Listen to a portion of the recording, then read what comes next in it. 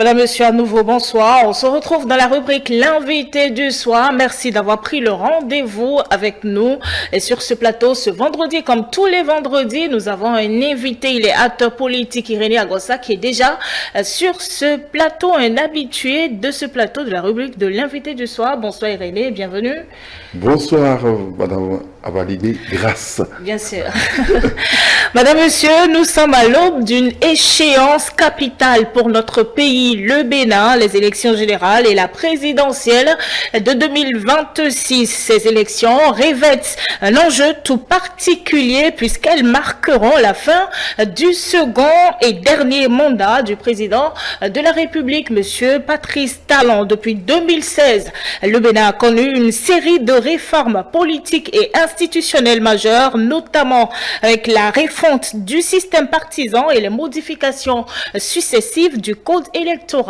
Observez si ces changements sont qualifiés de massifs par leurs initiateurs. Les réformes n'ont pas manqué de susciter de débats, d'interrogations, de controverses et interrogations, je le disais, quant à leur impact réel sur la vitalité démocratique dans le pays aujourd'hui. Alors que nous avons entamé le processus électoral pour l'échéance de 2026, il est important de faire le point de tout ce changement induit par les réformes. C'est donc pour en parler que nous recevons ce soir, comme tous les vendredis, je le disais à l'instant, Irénée Agossa. On aura le cesse de le dire, hein, il est manager qualiticien, il est membre du bureau politique de l'Union progressiste Le Renouveau. À nouveau, bonsoir Irénée Agossa et merci de nous gratifier de votre présence ce soir encore. 2026, ce sera, madame, monsieur, les élections générales, l'élection communale, l'élection législative, l'élection présidentielle également. 2026, les dernières élections de l'ère Talon, bilan des réformes du système partisan et du code électoral, c'est le sujet de ce soir. Après donc le dépôt et la validation des candidatures pour l'élection présidentielle, la Sénat a reçu cette semaine, on a vu de l'actualité, les listes des partis politiques pour ces élections communales de janvier 2026 et dans 2 semaines, il en sera de même pour les élections législatives. Irénée Agossa, quel bilan on peut faire exactement des réformes du système partisan et du code électoral sur la vitalité de la démocratie béninoise? Le bilan est largement positif.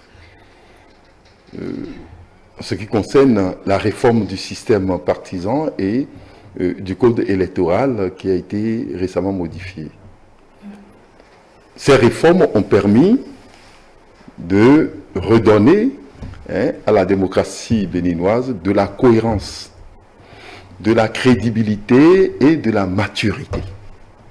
Aujourd'hui, grâce aux réformes du système partisan, nous avons des partis politiques solides, structuré, représentatif et capable de participer sérieusement au développement du pays. Nous sommes sur la voie de la fin, bien sûr, des partis entreprises. Vous voyez, on dit aujourd'hui le parti de Ngwedi, mais on ne dit plus le parti PRD, on dit l'Est-parti PRD. Mais entre-temps, c'était le parti du président Ngwedi, parti d'Amoussou, parti de tel, donc ce n'est plus ça. Ces partis entreprises sont en voie de disparition. Nous avons une maîtrise certaine aujourd'hui de la transhumance politique. Il y a quelques bribes encore, mais nous avons une maîtrise certaine de la transhumance politique. Et tout ça, c'est dû à ce que nous appelons cette réforme du système partisan. Nous avons une stabilité politique, on ne va pas cesser de le dire, et une stabilité institutionnelle. Et tout va dans le bon sens, ce qui justifie le calme que nous vivons aujourd'hui. Tout se passe comme si de rien n'était. Tout le monde travaille convenablement. Cela est dû, bien sûr, à cette stabilité politique. Et cette stabilité politique est venue, bien sûr, de la réforme du système partisan. Le code électoral, quant à lui, a renforcé la transparence, à relever les exigences au niveau des partis politiques et redonner le pouvoir aux électeurs. Parce que avant de respecter les conditions de 20% qu'a exigé ce code pour pouvoir lever un siège au Parlement, les 20%, il faut les avoir dans chaque circonscription électorale. Avant de le faire, il faut obligatoirement que vous soyez en contact avec les populations. Si vous n'allez pas régulièrement voir les populations et écouter ce que vivent les populations et les besoins de ces populations et proposer à ces populations des solutions pour que ces populations puissent être satisfaites, vous n'aurez pas les 20%. Et si vous n'avez pas les 20%, vous n'aurez aucun siège au Parlement.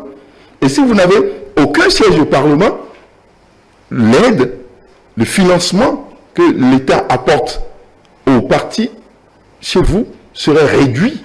Donc, le pouvoir aujourd'hui est au niveau des électeurs. C'est les électeurs qui décident avec ce code. Donc, on est obligé de respecter aujourd'hui l'électeur. Du coup, les financements des campagnes sont mieux encadrés. Ce n'est plus comme en temps où ça se faisait dans l'anarchie. La Sénat agit avec indépendance et de rigueur. Donc, il y a plus d'indépendance et plus de rigueur au niveau de la Sénat. René Agossan, on va revenir sur la réforme du système partisan qui a favorisé, on va dire, la limitation du nombre, on va dire, grandissant de partis politiques au Bénin. Mais est-ce que vous ne voyez pas en cela un piège, le risque qui est limitation de diversité des opinions? Au contraire, la pluralité ne dépend pas du nombre de logos sur un bulletin de vote. Comme on le faisait là, c'est pas la pluralité ne dépend pas de ça. Mais la pluralité dépend plutôt de la qualité des idées défendues. On l'a dit tantôt. Quand vous rencontrez les populations, la pluralité, ce n'est pas les logos. C'est combien d'idées défendent les gens face aux problèmes que vivent les populations. Une population a manque d'eau, manque d'électricité. Ce n'est pas les logos qui vont résoudre le problème. Qu'est-ce qui va résoudre le problème? Comment nous allons pouvoir apporter de l'eau et de l'électricité à cette population? Et par quelle méthode, toi, tu veux le faire? C'est ainsi qu'on aura la pluralité.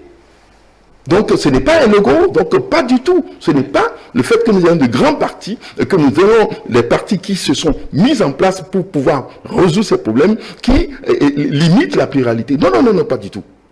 Le Bénin reste un pays de liberté et de débat, mais surtout sur les problèmes que vivent les populations.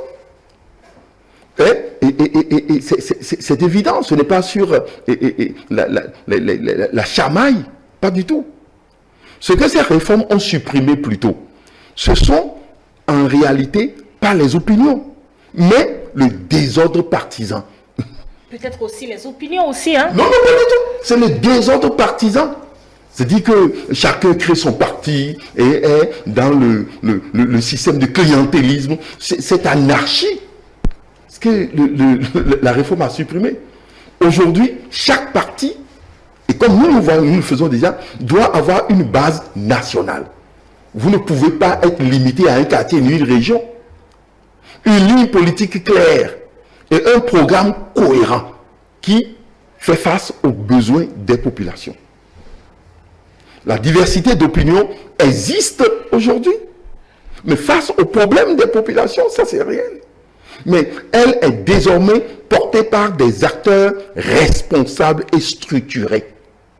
Vous devez être responsable, assumer vos choix et être structuré en ce qui concerne la stratégie de campagne que vous voulez mener face aux besoins des populations. Alors, vous nous convainquiez à l'instant des avantages liés à cette réforme du système partisan, mais on voit quand même que malgré ces avantages, il y a une certaine exclusion, puisque à l'élection présidentielle de 2026, par exemple, on n'aura pas l'opposition. 2026, il y aura l'opposition. L'opposition modérée. Qui vous a dit qu'elle est modérée, l'opposition radicale? Il y a un texte qui dit qu'il y a opposition modérée, opposition radicale. Ils l'ont dit eux-mêmes. Non, non, mais ça fait leur problème. Nous avons l'opposition au Bénin. Donc, nous aurons la présence de l'opposition.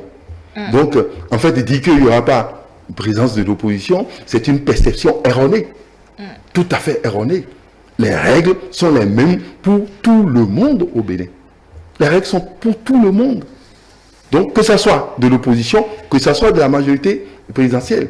Le système partisan ne ferme pas la porte à quelqu'un, que ce soit d'un bord ou d'un autre, pas du tout.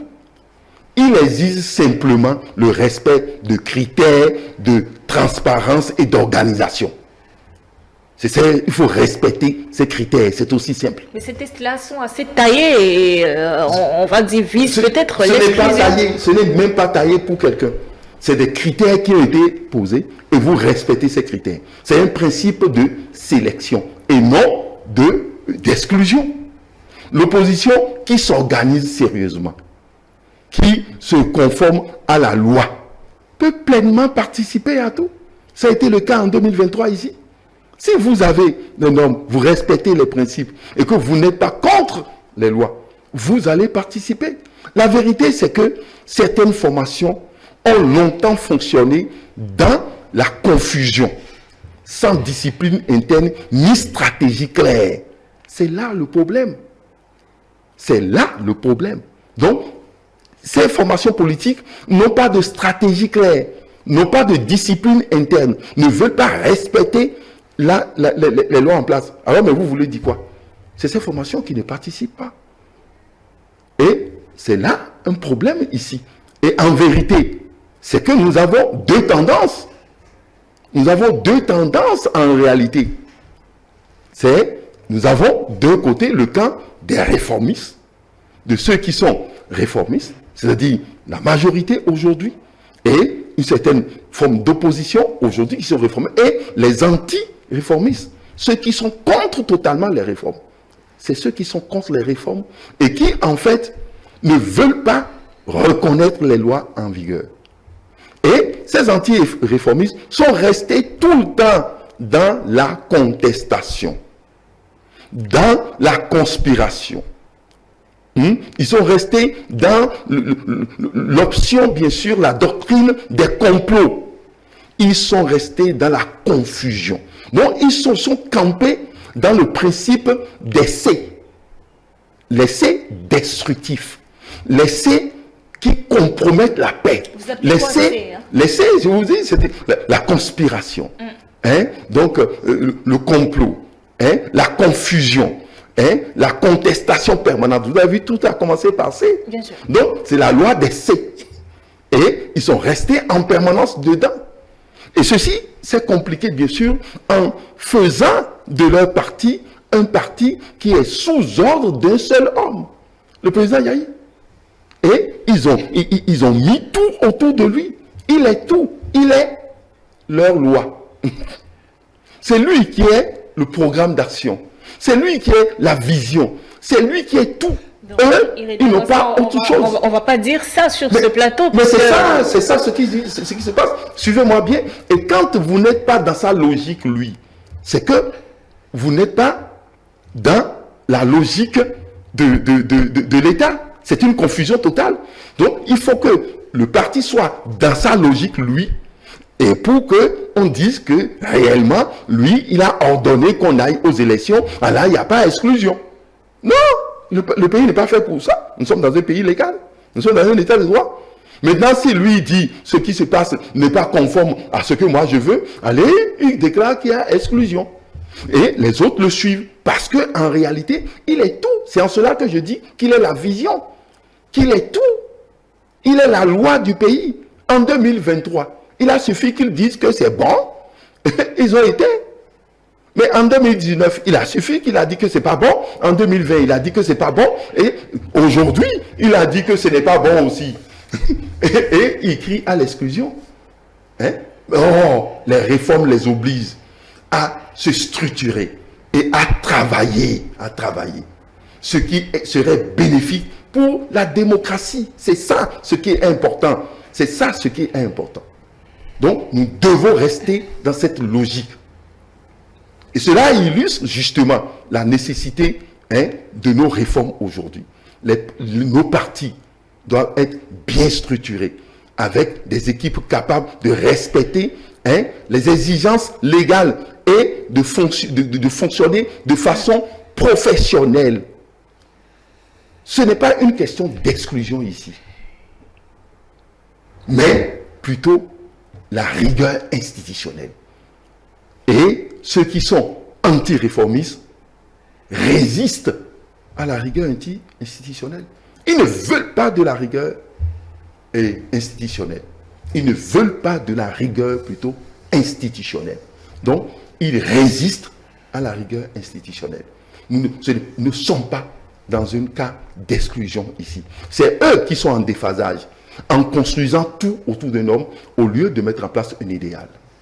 Irénée Agossa, c'est votre avis, on vous le concède. Le parti de l'opposition, les démocrates, est exclu de la course présidentielle d'avril 2026 après l'invalidation de sa candidature par la Cour constitutionnelle. Le candidat désigné par les démocrates, Maître Renaud Agbodjo, a jeté l'éponge. On a vu sa déclaration sur les réseaux sociaux et se retire temporairement, il a dit, de la vie politique. Il dit avoir été victime d'un dysfonctionnement interne à son parti. Quelle est votre lecture, Irénée Agossa, de cette actualité?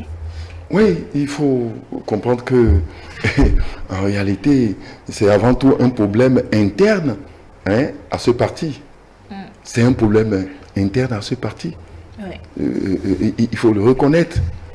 J'avais dit sur ce plateau, si vous vous rappelez, que cette histoire de désignation, procédure de désignation de candidature au sein du parti Les Démocrates, que c'était de l'enfumage.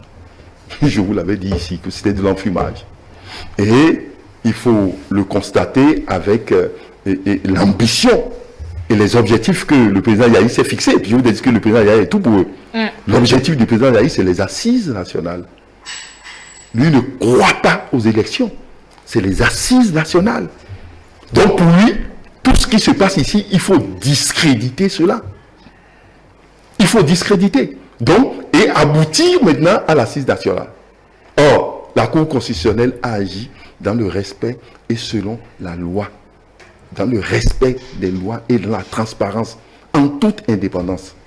Donc, en toute indépendance. Donc, le retrait du candidat montre bien que les difficultés sont internes et liées à la gestion de leur parti, à la coordination et à la préparation administrative de leur dossier. Ce n'est pas du tout lié à autre chose. Mais comme le président Yahi, son objectif, c'est bien sûr cette question d'assises nationales, lui, il n'est pas dans la même logique que le candidat. Mais le candidat a eu au moins un comportement sage. Il faut le reconnaître, il a jeté l'éponge, mais il est resté dans la logique républicaine. Il a reconnu les erreurs, les dysfonctionnements internes. Il a dit qu'il est victime de ces erreurs et que désormais, il demande à ce qu'il n'y ait pas une violence au niveau de M. Sodini et a donné des conseils déjà à notre candidat que lui l'a déjà vu à la présidence. Ce n'est pas nous qui l'avons dit. Mais il dit déjà que le match serait à notre avantage. Donc, il a été gentleman, il a été plus cohérent et nous avons montré que, enfin, cette histoire, c'était de l'enfumage. Lui-même, il s'est dégagé rapidement pour que tout le peuple constate que c'était de l'enfumage, ce n'était pas quelque chose de bien préparé, c'était anticipé. En réalité, le président Yahi ne voulait pas de ça. Et il a monté son truc pour que on aboutisse à quoi? Aboutisse à l'assise nationale, ce que le candidat a compris, et lui, il a rapidement quitté, comme le disent les Ivoiriens, il a quitté ce jeu. Il les a quittés. Voilà ce qui s'est passé. Donc, c'est aussi clair que ça. Irénée Agossa, à la suite de cette déclaration de Maître Renaud Agbodjo, on a vu d'autres militants du parti faire des déclarations et parler justement de ce dysfonctionnement interne. Et puis on a vu également le président du parti, Dr Boni Yahi, qui du doigt l'exclusion et qui pense qu'il s'agit d'une exclusion orchestrée par l'actuel gouvernement du président Patrice Talon. On a envie d'avoir une lecture objective de votre part. On sait que vous soutenez les actions du gouvernement, mais selon vous, quel va être l'avenir de ce parti de l'opposition, les démocrates? Oui, le parti là, vous le savez, le parti est en deux blocs maintenant. Il y a ceux qui vont bien sûr, le président Bouli-Yaï, avec son discours, ce discours qui a apporté des accusations suffisamment graves sur le président Talon, en disant que nous sommes dans un processus depuis 2016, un processus d'exclusion. Et que, deuxièmement, nous sommes aussi dans un schéma avec les LD pour que les LD soient détruits. Et il dit que, en réalité aussi, que le président, avec son équipe, et que nous ne sommes plus en démocratie, qu'on est en train de violer la Constitution. Et le président Yahi Boni, c'est sa vision même du développement du pays et de l'évolution de la démocratie. Puisqu'il dit qu'il est parti voir le président pour que le président fasse tout et que LD soit présent aux différentes élections. Vous voyez comment lui voit la gestion de la démocratie. Lui, il est la loi, il est tout. Donc pour lui, le président a droit sur tout et qu'il doit pouvoir tout faire pour qu'on participe aux élections. C'est une vision comme ça que lui a. Et c'est ça qui, en fait qu'il est différent, bien sûr, du discours qu'a tenu, bien sûr, le candidat, qui s'est démarqué totalement de lui. Donc, il y a deux partis. Le parti part en lambeaux, c'est vrai. Le parti, désormais, de ceux qui reconnaissent une part de responsabilité dans ce qui s'est passé, en ce qui concerne le dysfonctionnement interne, et qui vont certainement se corriger et s'adapter aux réalités, et être en conformité avec ce qui se passe dans le pays, et ceux qui vont suivre, bien sûr, l'autre leader, c'est-à-dire le président Yahi Boni, qui ne croit en rien en ce qui concerne la démocratie actuelle et les lois actuelles. Lui, il veut aller à une assise nationale. Donc, lorsqu'un parti est construit autour d'un seul homme, vous le savez, sans réelle structuration interne, il finit par se fragiliser et disparaître. C'est le cas avec le président Bouli Yahi. C'est ça ce qui va se passer. Les autres vont continuer. Et les réformes ont mis fin, bien sûr, à la politique de propriétaire de parti. Il est un propriétaire de parti, donc les réformes ont mis fin à ça. Et obliger tout le monde à fonctionner selon les règles collectives. Il doit le reconnaître, mais lui ne veut pas le reconnaître. Les autres, bien sûr, vont se mettre à ce rythme. Ce qui se passe aujourd'hui chez eux n'est pas la conséquence des réformes. C'est faux, ils se trompent. Il se passe, mais plutôt l'incapacité de s'y adapter. Ils ne veulent pas s'y adapter. Et ceux qui ne veulent pas s'y adapter, c'est ceux qui ne veulent pas assumer leurs responsabilités. Et pour nous, qui sommes réformistes, c'est une victoire d'étape. Nous voulons remporter une victoire d'étape. Le fait que ce parti soit en lambeaux et qu'il y ait une partie d'un côté et l'autre, nous, c'est une victoire d'étape. Cette victoire permettra enfin de voir la disparition totale de ceux qui vont suivre la ligne tracée par le président Bouli Yahi et va voir l'émergence d'une nouvelle forme du parti Les Démocrates avec le discours des députés et celui, bien sûr, du candidat. Donc, on doit comprendre que leur malheur fait votre bonheur. Ça ne fait pas, ça fait le bonheur, bien sûr, de la démocratie. Ce n'est pas leur malheur, etc. C'est eux-mêmes qui ont cherché un malheur, ici il y en a. Parce que si vous êtes contre le système en place, si vous ne voulez pas vous mettre dans la ligne de la mutation, et que pour vous, c'est vous qui existez, c'est vous qui êtes tout. Or, nous sommes dans un état de droit. Mais comment voulez-vous que vous puissiez être en compatibilité avec ce qui se passe? Ceux-là vont disparaître. Et ils sont contre la réforme, c'est que là, ils vont disparaître. Parce que nous allons continuer à corser la réforme pour que nous soyons plus en phase avec les exigences de nos populations. Nous allons résoudre les problèmes des populations. Du coup, ils vont disparaître. Mais les autres qui reconnaissent une part de responsabilité dans ce qui s'est passé vont entrer dans un processus de mutation et vont pouvoir nous rejoindre sur le terrain et être des opposants responsables capables d'intervenir dans le débat politique. C'est ça. Donc, l'avenir de ce groupe, il n'y a aucun problème. Donc, cela dépend de leur capacité de se réinventer.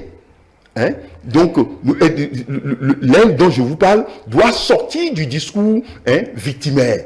Il ne faut plus qu'ils se disent nous sommes les victimes, etc. Non. Et présenter des propositions concrètes et accepter les règles de jeu démocratiques modernes. Et c'est ça. Je pense que le candidat, il a pris un repli. il a fait un repli plutôt tactique pour pouvoir s'adapter et faire face maintenant à la modernisation de notre démocratie. Le Bénin a besoin d'une opposition républicaine, constructive et crédible.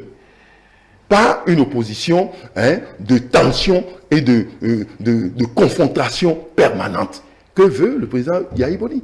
Nous n'avons plus besoin de cette opposition. C'est terminé. Nous avons fini avec cette opposition. Donc, c'est ça l'avenir de cette forme d'opposition désormais. Et nous pensons que d'ici les années prochaines, l'année d'élection prochaine, ils auront le temps de se réadapter et de satisfaire maintenant les milliers de militants qui ont espoir, qui ont mis leur espoir en eux. Mais nous disons que nous, c'est une victoire pour nous parce que enfin, ils vont pouvoir retrouver la bonne voie, celle du développement de notre pays et de la participation positive dans le débat politique. Maître Adrien Rumbedji, qui est une figure importante dans la politique béninoise, a dit son soutien au candidat de la mouvance présidentielle, M. Romuald Wadani, lui qui, par le passé, a dit qu'il n'avait pas fait un choix et aujourd'hui, on va dire, s'aligne derrière le candidat de la majorité présidentielle. Quelle est votre lecture par rapport à... Maître Adrien Rumbedji, bon, c'est un ancien, hein? Et c'est ce geste, à travers cette déclaration, un geste d'expérience et de responsabilité. Maître Adrien Rumbedji est un homme d'un certain âge, avec un certain parcours respectable dans le pays, en politique. Bien sûr. En s'alignant sur le choix de la majorité, il fait preuve de pragmatisme politique. Cela prouve que la majorité présidentielle est prévisionnaliste. Nous avons prévu cela. Nous sommes dans la prévision. Nous avons déjà pensé à ça. Nous sommes dans cette vision-là déjà. Parce que je vous ai dit ici que nous savons bien sûr que certains étaient gênés par la désignation et ils ne savaient pas que ça allait susciter autant de choses-là. Et ceux-là n'étaient pas prêts quand nous avons fait démarrer le train. Et nous avons demandé bien sûr que voilà, il y a le train qui est en marche et que les gares sont prévues pour eux. Le président Rumbedji n'a fait que rejoindre la gare de l'autre côté et il nous a rejoint dans le train. Et ça, c'est ce que nous appelons le pragmatisme politique. Irénée Agossa, une toute dernière question que j'ai pour vous au regard donc, de ce tableau à la veille des élections générales de 2026, la présidentielle également. Quelle est, selon vous, la place des réformes politiques dans l'héritage global du président Patrice Talon? Les réformes politiques constituent, sans aucun doute, le socle institutionnel de l'héritage du président Patrice Talon. Il aura laissé un pays où la démocratie est mieux encadrée et bien protégée. Nous avons une démocratie suffisamment protégée. Il faut protéger notre démocratie. Il a laissé un pays où les élections sont transparentes désormais. Il n'y a plus de doute sur le processus électoral. Il a laissé un pays où les partis politiques sont crédibles et responsables. À part, bien sûr, ceux qui sont de l'aile, il y a Iboni qui ne veut pas suivre le rythme, mais les autres sont en voie, bien sûr, de se mettre à notre rythme. Donc, les partis sont responsables et la stabilité politique favorise le développement économique. Nous avons un héritage transmissible. Et c'est la raison pour laquelle cette transmission se fait au niveau aujourd'hui de notre candidat, le candidat de la fierté retrouvée, Romuald Wadani, qui va continuer l'institutionnalisation de cet héritage et faire en sorte que cela soit aussi transmissible aux autres générations et que cela soit désormais une culture pour notre développement. Merci Irénée Agossa d'avoir répondu présent à notre invitation, madame, monsieur. On referme cette rubrique de l'invité du soir de ce vendredi. Je vous remercie de nous avoir suivi. Votre émission 120 minutes Actu Soir se poursuit avec Abdias Soussoukwe.